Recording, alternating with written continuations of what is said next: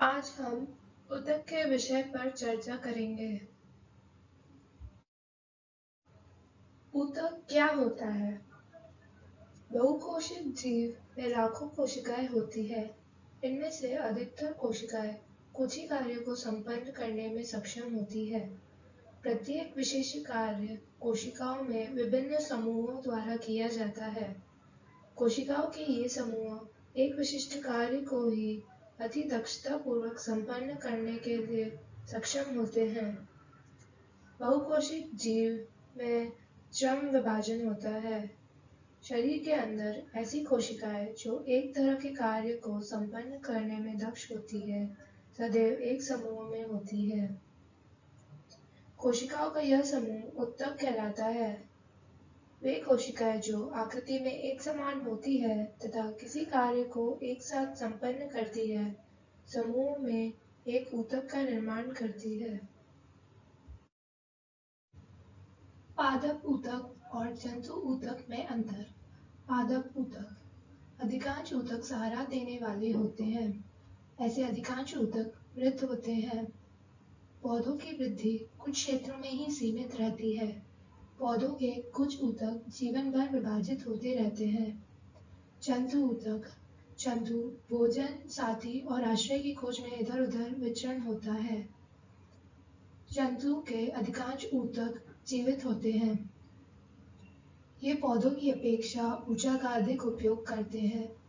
जंतुओं में विभाज्य वृद्धि अधिक एकरूप होती है, अतः जंतु में विभाज्य तथा अविभाज्य क्षेत्रों की कोई निश्चित सीमा नहीं होती।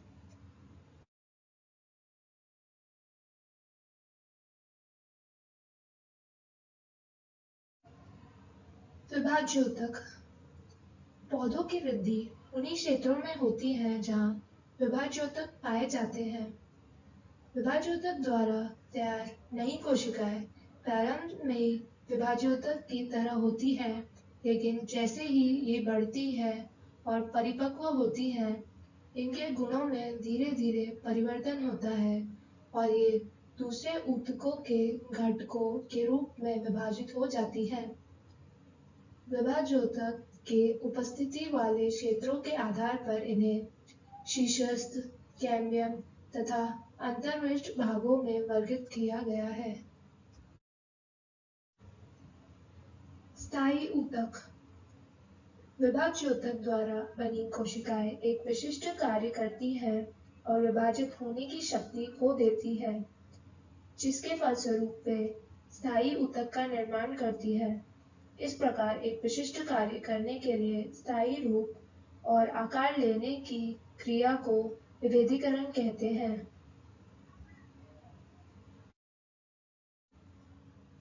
स्थायी सरल ऊतक तीन प्रकार के होते हैं। पहला, पैरेन्काइमा। यह पतली कोशिका भित्ति वाली सरल कोशिकाओं का बना है। ये कोशिकाएं जीवित हैं।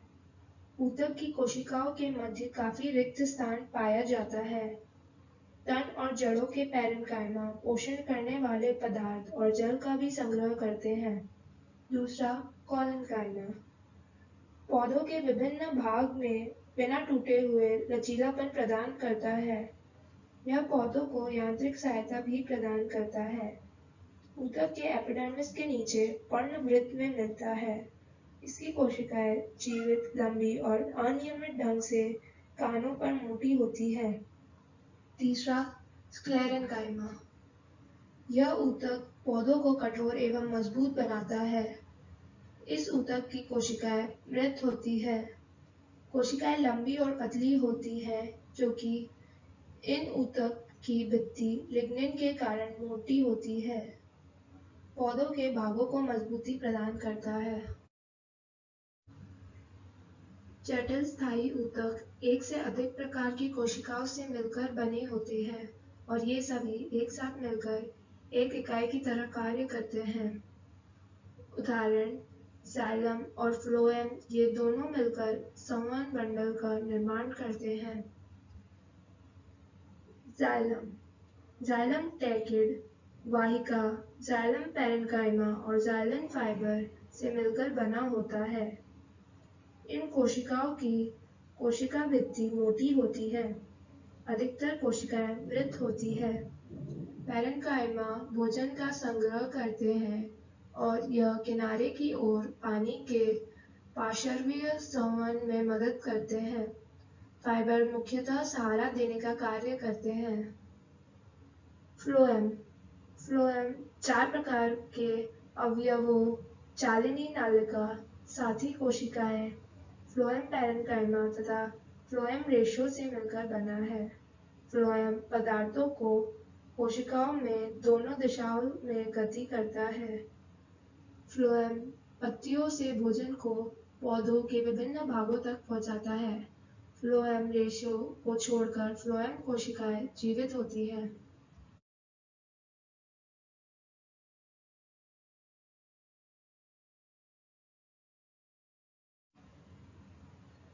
एपिथेलियमी ऊतक जंतु के शरीर को ढकने या बाह्य रक्षा प्रदान करने वाले ऊतक एपिथेलियमी ऊतक है। ये विभिन्न प्रकार के शारीरिक तंत्रों को एक दूसरे से अलग करने के लिए अवरोध का निर्माण करती है। त्वचा, मुंह, आहार नली, रक्तवाहिनी, नलिका, अस्तर आदि सभी एपिथेलियमी ऊतक से बने होते हैं। एपिथेलियमी ऊतक 4 प्रकार के होते हैं। पहला शल्की एपिथेलियम। यह अत्यधिक चपटी और पतली होती है तथा कोमल अस्तर का निर्माण करती है। आहार नली और मुंह का अस्तर शल्की एपिथेलियम से ढका होता है। घनाकर एपिथेलियम यह वृक्कीय नली तथा लाल ग्रंथि की नली का निर्माण करता है, जहां यह उसे यांत्रिक सहारा प्रदान करता है। स्तंभाकर एपिथेलियम जहां अवशोषण और सावृ होता है, जैसे आंत के भीतरी अस्तर में, वहां स्तंभाकर एपिथेलियम होता है। इसे पक्षनाभि एपिथेलियम भी कहते हैं। चौथा ग्रंथिल एपिथेलियम। कभी-कभी एपिथेलियमी ऊतक का कुछ भाग अंदर की ओर मुड़ा होता है तथा एक बहुकोशिक ग्रंथि का निर्माण करता है। यह ग्रंथिल एपिथेलियम कहलाता है। संयोजी ऊतक। संयोजी ऊतक की कोशिकाएं आपस में कम जुड़ी होती है और अंतरकोशिकीय आधात्री में धसी होती है।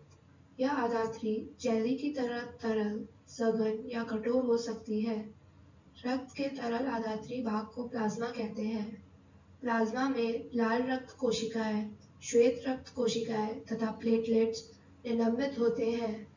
प्लाज्मा में प्रोटीन, नमक तथा हार्मोन और उत्सर्जी पदार्थों को शरीर के एक भाग से दूसरे भाग में संवहन करता है। अस्थि संयोजी ऊतक का एक अन्य उदाहरण है। यह पंजर का निर्माण कर शरीर को आकार प्रदान करती है। यह ऊतक मजबूत और कठोर होता है। अस्थि कोशिकाएं कठोर आधात्री में धसी होती हैं, जो कैल्शियम और फास्फोरस से बनी होती है।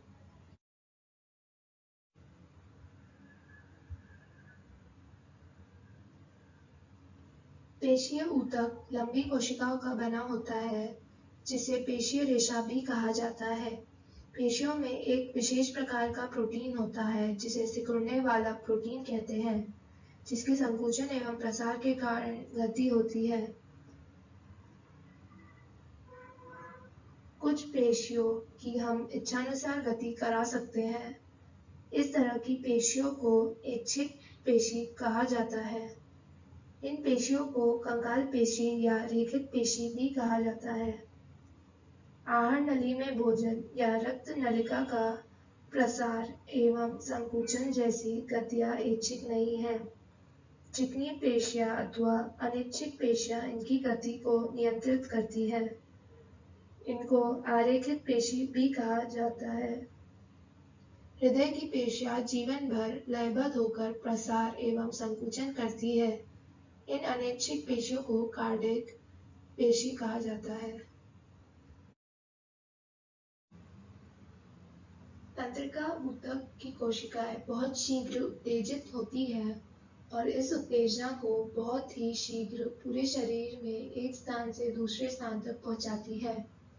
मस्तिष्क, मेरुजु तथा तंत्रिकाएं सभी तंत्रिका ऊतकों से बनी होती है। तंत्रिका ऊतक तंत्रिका कोशिका या न्यूरॉन से बना होता है। न्यूरॉन में कोशिकाएं केंद्रक तथा कोशिका द्रव्य होते हैं। इससे लंबे पतले बालों जैसी शाखाएं निकली होती है जिसे एक्सॉन कहते हैं तथा बहुत सारे छोटी शाखा वाले प्रवर्ध या डेंड्राइट होते हैं। बहुत सारे तंत्रिका रेशे संयोजी ऊतक के द्वारा एक साथ मिलकर एक तंत्रिका का निर्माण करते हैं।